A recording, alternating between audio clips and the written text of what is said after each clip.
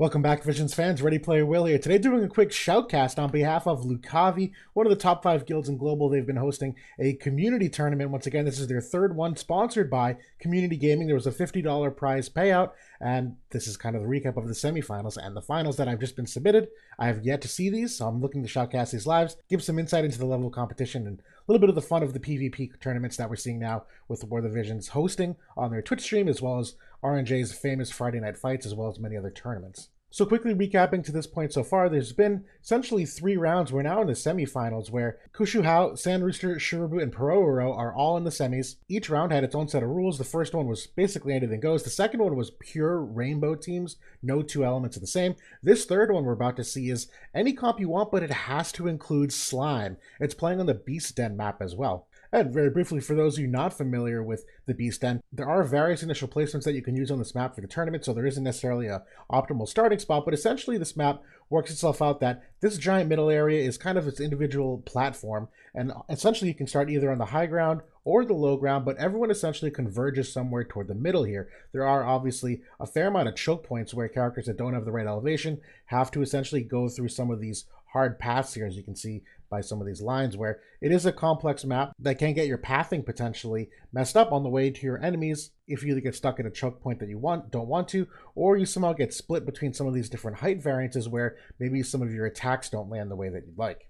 So the fights to this point have been best of 1, actually, a little bit different from normal where they are typically best of 3, but here for the semifinals, it will be best of 3, and same for the finals as well afterward. So right now we're starting off with Sand Rooster and Kushu Hao. Really, if you're looking at these teams, it looks like Slime is in slot 1 on both teams, which does have something to do with initial hate, where it will alter where your teammates buff. But it does look like 2 different teams here, where Sand Rooster has opted for magic, and Kushu Hao is essentially opted for a more physical attack team. So we'll see how this is playing out. We have no idea what they've picked. Let's kick things off. So to start, it looks like we have Mono Lightning and a very interesting rainbow comp here of sorts with June and Asterisk on the other side. So it looks like Lightning's going to come out here with their physical barrier and their accuracy up buff. They are starting on polar opposites from a diagonal perspective, so it will be very interesting to see how they converge in the middle. June comes out here with Vacuum Veil. That's her innate hate. Obviously they're on auto, so that is going to affect the enemy AI. Asterisk coming out here next. I am curious to see what they have for the Slime AI. Keen Blade from Asterisk will get June that turn a lot faster here. Obviously gets the Slime the immediate turn after. Curious to see what he does for a buff. The Slime has a couple different things he can do. It is the AoE agility buff here, so nice out of the gate that they seem to have a speed advantage over Lightning. Skahal comes out with Zombie Mass, so that will allow for at least a re-raise in addition to his potential courage if they one-shot him. Slime coming out the same buff for the AoE Accelerate, so they are at least relatively up to speed with each other, pun not intended, but it is. June coming out here, Wind and Blessing. This is a physical shield. Still going to be a difficult time versus Skahal with that, but certainly should help versus Lightning. Curious to see what Asterisk does. This is his normal courage, defensive piercing, and the AP cost reduction. Those are his 2, at least one of his main buffs that you should always have on. It looks like they've foregone the slash res up. Slime uses the emergency mediation, which is essentially health regen. Looks like a very interesting TMR option for Lightning here, where that is the Lara Croft TMR for the crit damage and the range. Skahal coming in here with a charge time. It looks like Winged Staff, so this will help with some of this range for movement and jump, which we were talking about. Can trip people up in the middle here, so that'll be some nice movement flexibility. Storm and Ren coming in, not a ton of damage. It does, I think, keep Skahal above that 70% threshold, though. Slime coming in here with the same buff as the enemy Slime, so far they are equal in that regard. We'll see what the other 2 characters have to do to tip the balance. Asterisk coming in, cross destruction here now. Slime is very good against slash attack type damage, so didn't take anything really at all from that, despite the defense break, and obviously Asterisk having the slash attack up from the Keen Blade. The Slime opts to do nothing, being out of buffs and no one in range. Life Siphon coming out, and as we were just saying, Slime not doing well against many other types, can one-shot the Slime relatively easy there. Definitely takes a fair amount of June's health pool, and she doesn't have any innate way to regenerate that now. I am curious to see what Skahal does here. Basically finishes off the kill quite easily. Now we're looking at a 3v1. Asterisk looking to be in trouble here, particularly with Skahal being from the, obviously, Lightning element, and Slime as well. We'll see it happens. Lightning, this is a very skewed matchup. Here comes Release the Void. This is the limit break. Can it finish off anybody? I'm curious who's targeting here with this. It looks like Skahal with the slash is down, but we have Zombie Mass. Skahal actually lives through this. Even if he died, it's still a very big uphill climb for Asterisk to win here. Here comes Slime next. Curious, he does do the AoE heal for teammates. Not unexpected there, and obviously that's great for Skahal not being one-shot again. That's an exceptional amount of damage coming out from Lightning here. Almost was able to one-hit Asterisk if she had crit hit him on that first hit, but really looks like a pretty quick fight after this. Here comes Skahal to finish things off. So, decidedly so, Sand Rooster takes fight 1 here. So, here we come on now to round 2 out of 3 for the semifinal placements. Looks like Sand Rooster may have kept the same team here. The attack and magic stats are unchanged, but it does like Kosho Show did switch things up just a little bit here with the magic-oriented team. Instead, we'll see what ends up coming out for a team now. As predicted, that is essentially mono lighting for Sand Rooster, and a very interesting light comp here for Kosho Show, where he's going with Sylvie, Elena. Very curious to see what he does from an AI perspective, starting with the Bunny's protection, so that means the defense and spirit buff is off. At least Sylvie now has re-raise. We'll see what Elena does, whether it's Stella or some other TMR, or the Tempered My Resolve, which is the courage ability. So both of them have some kind of one-shot mitigation on them. I would imagine the AI is the same area it is. Looks like Lightning is going to use the physical barrier and the accuracy, which is great considering Elena does have that evasion. Skahal coming out here with zombie transformation once again. I will be curious to see if they switched up Slime's AI from Kosho Show's perspective now that it's a brand new team. Doesn't look like it has. For Sand Rooster, same opening rotation. Slightly different though that the light team is a little bit closer on this side of the map this time, so they aren't as far. Looks like the Slime AI is essentially the same. At least both of them are now equal, roughly, for agility and the turn order buffs. Sylvie come out, I'm curious. It looks like they have everything turned off, even from a TMR perspective. So, Sylvie will now have her turn come faster because she did an act. Man, Slime with the same problem as the first time, though. That lightning missile attack, way too potent. Not accurate enough to hit Sylvie, even though. Looks like Sylvie is leaning into that evade build. I'm curious if she has luck touchstones on, potentially, because lightning is typically just a bit more accurate to at least Sylvie. Not a lot of damage there from Elena, opting for the magic attack, interestingly enough. I would imagine there's something to do with the innate slash resistance. Energy Buster, though, just shutting that down near immediately.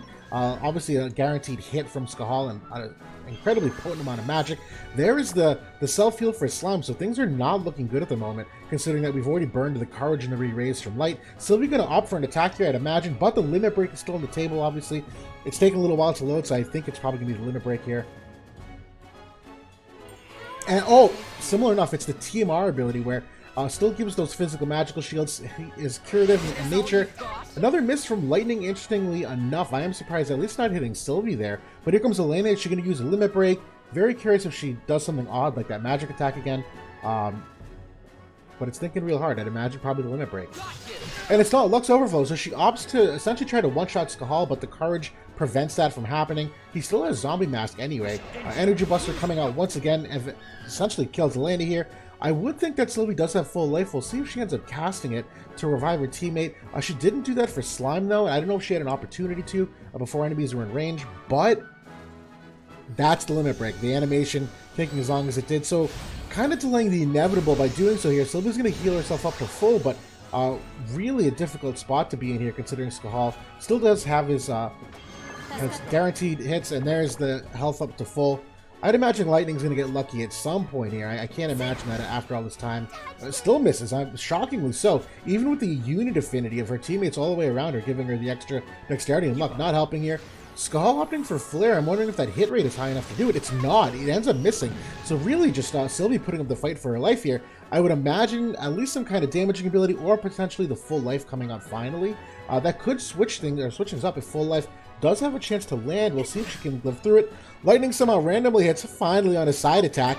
Decides to full life the Slime instead of the Elena. I think it has something to do with the maybe initial one hate that he died with. It really does nothing, unfortunately, but at least the courage proc for Slime. Things still up in the air. Skahal charging up here. And there's Stentogger Disposer. And the end of the fight ends up hitting Sylvie. Her time, unfortunately, run out. Fight 2 of 2. That means Sand Rooster has won this semifinal round, and he moves on to the finals.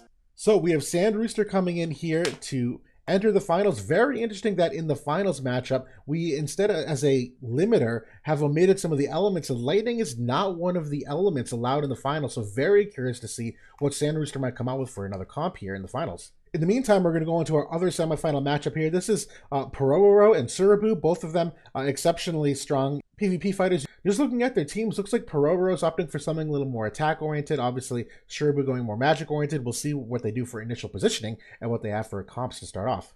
So quick snapshot. Looks like, I'm going to pause here for a moment, just because there's a lot to digest. Looks like Pororo is going out with twist on the current top tier meta of Wind Glacial and Psaro, and it looks like Sherbu's coming out with the very tried and true consistent Elena and Jaden. We'll see what ends up happening here. I am intrigued to see what the Slime does for the AI as well. Once again, Slime is in the slot 1 for both of these teams, so unless you have a bow tie on, the initial hate's probably on him. Looks like Jaden is opting for Revitalize here, the TMR first. So he's got his agility buff turned off in doing so. Looks like we get the evasion buff here from Psaro to start, so in terms of turn order, Psaro being the second fastest here, Elena being third. There's the courage, similar to what we saw last round. Wind Glacial, I'm assuming, is going to have her accuracy, as well as the physical magical shield.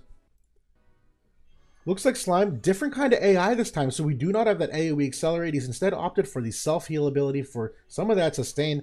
And interestingly enough, this same thing being mirrored on Sherbu's side, so both Slimes seem to be identical in both these fights so far. Here comes Sara with the Indomitables +1. This is the physical attack buff for him, also gives him that courage. Jaden thinking real hard, sniper stance come out. So this map being a little bit on the smaller side, at least from a left to right perspective, Jaden could probably hit them next turn. Here comes Glaciella with another great buffy for the AP cost down, and the resistance is up. Dragoon Pride from Elena. This will give her haste and move +1, so she will get enough in range that she probably could bait out some of these characters as opposed to them getting other buffs. And Slime opts to go around the other way here. Very interesting movement, considering that the enemy Slime is likely the one controlling the hate at the moment. Psaro comes out of Discontinuum. The thing with that, even though it's not a slash type attack, it's a typeless type attack. So Slime takes an immense amount of damage. Is not able to kill him though, but the healing power down prevents him from regenerating a lot of health. Here comes Elena moving into the enemy Slime, who does theoretically have that hate 1 still, using the limit break. And again, Slime being very strong against slash type attacks, is able to self-heal far more than the other one, given that he does not have that healing power down. Wind Glacial coming in triple cross, so devastating for that courage removal. Kills both 2 birds with 1 stone. Here comes Jaden to maybe clutch this, though. We'll see what he can do from range. Magiblast on the Slime is able to kill him. That's at least the Slime. I don't think Psaro's in range to do anything quite yet. Evasion skills, again, though, will be very difficult for Jaden to hit Psaro, unless he uses the single target 100% chance. It doesn't matter anyway. Triple cross coming out here, ending Jaden near immediately. So, fight 1 goes to Pororo. Fight 2 here in the works. It looks like both teams have actually switched things up, so we will get a completely brand new battle, completely different positioning, potentially different characters, essentially. Very curious to see again if they've changed up anything on their Slime AI. Obviously, there's a lot of different ways to build him, not just from an equipment perspective, but from the buff perspective, whether you want to do that self-sustain or the AoE agility up or attack buff up. Obviously, there's a lot of different ways to do it. And it looks like, pausing here just for a moment, very interesting matchup where we're running the 2 Ice Gunners and Water units here on the other side. Both Celeste and Ash is very intrigued to see what the initial positioning is here. It looks like the Lightning team here to start. They're diametrically opposite here. This is a very short range for missile units. This could be good or bad if they get baited too early. So far, that's a fair amount of damage, and if Eliza can follow up on this, that is an incredible amount of damage. Again, that Slime cannot take that amount of missile damage, not being one of his strengths. Celeste is basically on her last legs as well. This buff coming in a little too late from Astraeus here, where maybe can regenerate some health for himself, but Celeste is really on her last breath, opting here for her limit break instead of the AoE resistance down ability. Looks like a range issue potentially. Eliza maintaining through that first hit. Slime AI is unchanged from Pororo, but things are not looking good here. That's a very easy kill from Eliza, just given that she doesn't even need to use an ability. That's a basic attack. So the missile resistance, non-existent on the Celeste. A lot of damage for... I won't say a lot of damage. I exaggerated that, but the crit hit, I would have expected more. At least can one-shot the Eliza. No way to revive her. Very curious to see how he stacks up here against Slime, which uses the AoE resistance down as opposed to his lightning magic attack. Probably a range issue. And the sharpshooter doing far more damage there from Elia. I would have expected something similar from Eliza, but that was very short work. Obviously, if we recap that map, being in those 2 corners there, doesn't allow for any real buff uptime. It really just comes down to who is the most offensively potent and the fastest. And in that case, Pororo took that handily. Congrats. It looks like Pororo also moving on to our finals. I'm going to misspell that. It's like banana, Pororo. But here we have the finals matchup, Sandrooster and Pororo. We will be switching maps. So Underground Ruins 2 don't have the exact same map layout here, but the idea essentially is that there is some height barriers in the way between going from your starting point to the end point. It does look like there's a pretty large central area where they will all congregate toward, but even then, there are some untraversable spaces. Very curious to see how this affects initial pathing. That, again, a lot of barriers here that I would imagine most of the characters tend to kind of snake down to this little choke point where there's this very small hallway to walk through till they finally converge in the middle. Very curious to see if there is any bait potential here where characters walking forward and being able to hit across range, and any characters that might have a jump of 2, which if they do, they can quite easily get across those middles. A lot of different variety of characters and movement paths to go with here. And again, to reiterate, it's only water, earth, ice, and dark teams allowed in this final, so we'll see if Sandrooster comes up with something else pretty creative now that he cannot use lightning. So kicking off the final, Sandrooster versus Pororo. Quick snapshot of both teams. Look like Dark Fina in slot 1. It looks like probably a mono-dark matchup here, where again, very similar attack and magic values, very obviously magic-heavy teams. Would imagine Halloween Lucia's probably in here if they are going with dark, but very curious to see who that third unit might be. We'll see in just a second, I guess. So coming out here, it looks like Lemure is the third character, so going for some potential haste Aya shenanigans. Looks like Dark Fina is the fastest character in the team. Enferwall to start. Very brilliant prediction there, going with the Enferwall for the dark resistance. That's not a normal Fina buff, just because it has some limited usage, but I guess 1 out of 4 chance that the enemy goes dark. Not a bad risk to take. Looks like Halloween Lucia, totally different AI here. Opts to go second here with Dark Fina going first on the other team. Sandrooster coming in here now, circling back. So similar buff here from Halloween Lucia. Looks like the other Lemure got the Haste Aya off before Sandrooster could, though, so we might have some agility difference here in terms of turn order. Dark Fina moving not at all forward here, so opting to stand still after that cast. Haste Aya is able to at least AoE the 3 of them. So as the characters move forward, there are some agility differences here. Now it looks like Lemure might recast Haste Aya, but we'll see what ends up coming out. Zombie Mask and Halloween Lucia, very common grouping there as a TMR, just to add to her self-sustainability. Dark Fina coming out here now, looks like for her re-raise as well. And very curious to see the second buff here, whether this is a quicken potentially from Lemure on Dark Fina. Halloween Lucia also using the Zombie Mask, so at least kind of equalized there on both of them. Looks like Pororo will move forward here. Not in range to hit yet, though. It is the TMR to give the physical magic shield, so definitely some extra survivability there. There is Quicken. Unfortunately, I don't think a good Quicken, though, because it went off when Dark Fina was about to get her turn anyway. Didn't really do anything to accelerate her turn, so a little bit of a CT mismanagement there to start. Here comes the Limit Break from Halloween Lucia. This obviously is a massive amount of damage, and there is only some dark resistance, so it mitigates a fair amount, but not nearly enough. Almost one-shots the enemy Dark Fina, but still has the re-raise in her back pocket. Here comes Lemure, I would imagine with a Quicken, kind of the same idea here. I'm imagining this Lemure is going to go for curative ability, but may not get it off in time. But she does. Looks like, never mind. She's going to get one shot by that instead. So regardless of the cast time, no opportunity to potentially heal. Here comes the Quicken. I imagine that this Dark Fiend is now dead. We'll get the re-raise here. But things looking very tenuous, at least in this 3v2. And you look at the turn order here, not necessarily in Sandrooster's favor. Halloween Lucia coming in here. You know, good ability, unit resistance down on the counter cure. Basically, I don't want to say does nothing, but you're really digging a deep hole here. That at least the unit resistance apparel is still there, but not enough damage to finish off any kills. Here comes Dystopia, hoping for a stop. It is able to kill Lemure, but unfortunately got the stop on the wrong person. Would have been great on Halloween Lucia. An AoE ability coming out. You know, no defense, or at least offensive units here, so the defense penetration down doesn't do much, but still obviously a lot of damage. That's what matters. And Sorcery Strike, I'm gonna imagine here we still have the Zombie Mask to come up, but unless there's a miraculous turnaround here of I don't even know what could possibly win this for Sandrooster. AoE here for sudden end, because at least Pororo, Fina, and there's the re-raise. I don't think there's any way you can possibly win this. Counter cure, very lucky thing to proc a second time in a row. Obviously still has a CT up there. Nope. And that's it. Very basic attack. And the fight is over. Fight 1 goes to Pororo.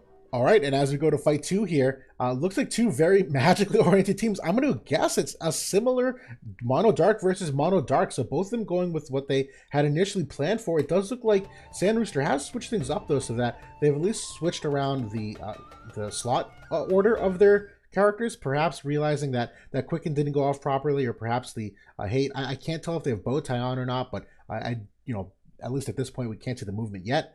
But looks like the same mirror matchup with some slight tweaks. We'll see if those tweaks were enough for Sand Rooster to maybe fix things up. So they start off with Enfer Wall again for that dark resistance. Curious to see how that slot changed though, and if they did any initial placement changes. So far it seems pretty much the same. Looks like Dark Fiend, at least Pororo, is unchanged in what he seems to have wanted to do. Halloween Lucia going for the same opening rotation, that physical barrier as well as the AoE resistance up. Sand Rooster coming in here next. Spell of Fortification on Darkfina. And I would imagine you're still going to get the AoE Histaya here from Lemuray in a moment. I'm here to help. I'm going to make a prediction here. I don't know if the trickle-down effects of this are big enough to alter what happened last time. I really think that Quicken timing is a big differentiator potentially here. We'll see if that changes. Just on the CT gauge failed. Histaya again from Pororo and the two of them. Darkfina coming out with her re-raise. And it looks like she does not have Bowtie. That looks like a 3 movement to me. Lemuray coming out, looks like I'm going to imagine with a Quicken ability here. And hopefully can get the timing of that Quicken down. I don't... Well, since there's Zombie Mask again, kind of unsurprising. I would imagine Zombie Mask again from Halloween Lucia here. It's the same. The devil's in the details, guys. These small things matter, particularly as you go through the choke points here with the pathing.